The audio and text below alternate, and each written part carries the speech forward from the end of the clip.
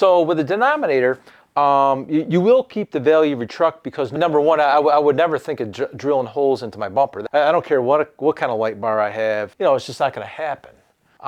With the denominator, absolutely no drilling involved. Absolutely zero. It's a wonderful product that gets the job done.